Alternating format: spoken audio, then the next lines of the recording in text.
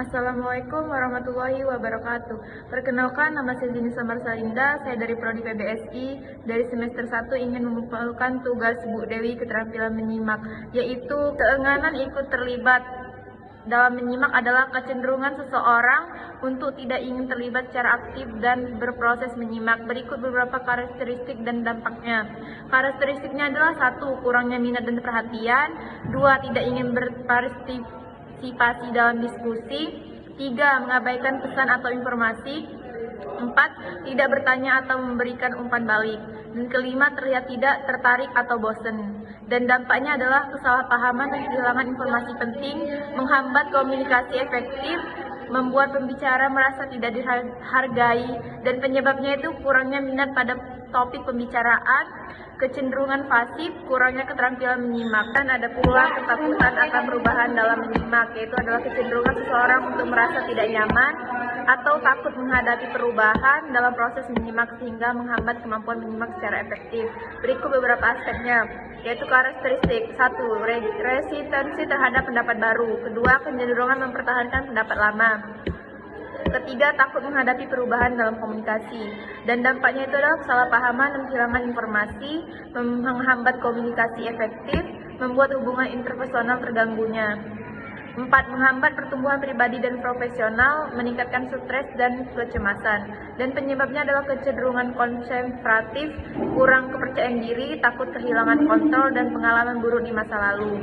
Dan yang kelima, ketergantungan pada rutinitas. Dan ada pula keinginan menghindari pertanyaan dalam menyimak, adalah kecenderungan seseorang untuk menghindari bertanya atau meminta klarifikasi saat menyimak. Berikut beberapa karakteristik dan dampaknya. Karakteristiknya menghindari pertanyaan untuk menghindari kesalahpahaman dan takut ditertawakan atau dianggap tidak tahu. Kurangnya kepercayaan diri, menganggap pertanyaan sebagai tanda kelemahan dan ingin menghindari konflik atau perdebatan.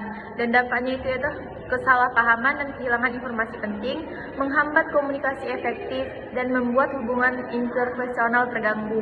Dan ada pula puas terhadap penampilan eksternal dalam menyimak, adalah kecenderungan seseorang untuk lebih fokus pada penampilan fisik atau eksternal pembicara daripada isi pesan yang disampaikan. Hal ini dapat mengganggu proses menyimak efektif. Karakteristiknya adalah fokus pada penampilan fisik pembicara. Yang kedua, menghakimi pembicara berdasarkan penampilan. Yang ketiga, kurangnya perhatian pada isi pesan dan mengabaikan konteks dan maksud pembicara.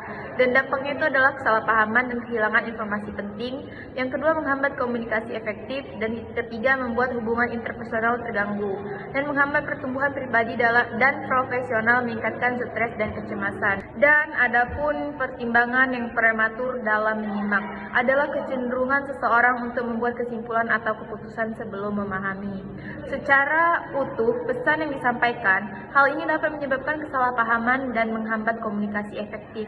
Karakteristiknya membuat kesimpulan sebelum memahami, terus menghakimi sebelum memahami konteks, dan kurangnya perhatian pada detail, menerima informasi secara superficial, tidak mempertimbangkan alternatif. Dan dampaknya kesalahpahaman dan kehilangan informasi penting, menghambat komunikasi efektif, dan membuat hubungan interpersonal terganggu, menghambat pertumbuhan pribadi dan profesional, dan meningkatkan stres dan kecemasan. Dan adapun kebingungan semantik dalam menyimak adalah kesalahpahaman atau kebingungan yang terjadi karena perbedaan makna kata, frase atau kalimat dalam komunikasi. Hal ini dapat menyebabkan kesalahpahaman dan menghambat komunikasi efektif.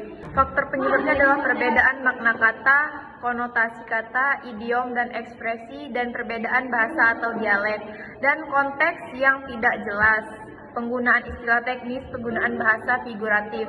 Karakteristiknya adalah kesalahpahaman makna, kebingungan dalam memahami pesan, dan perdebatan tentang makna kata, kesulitan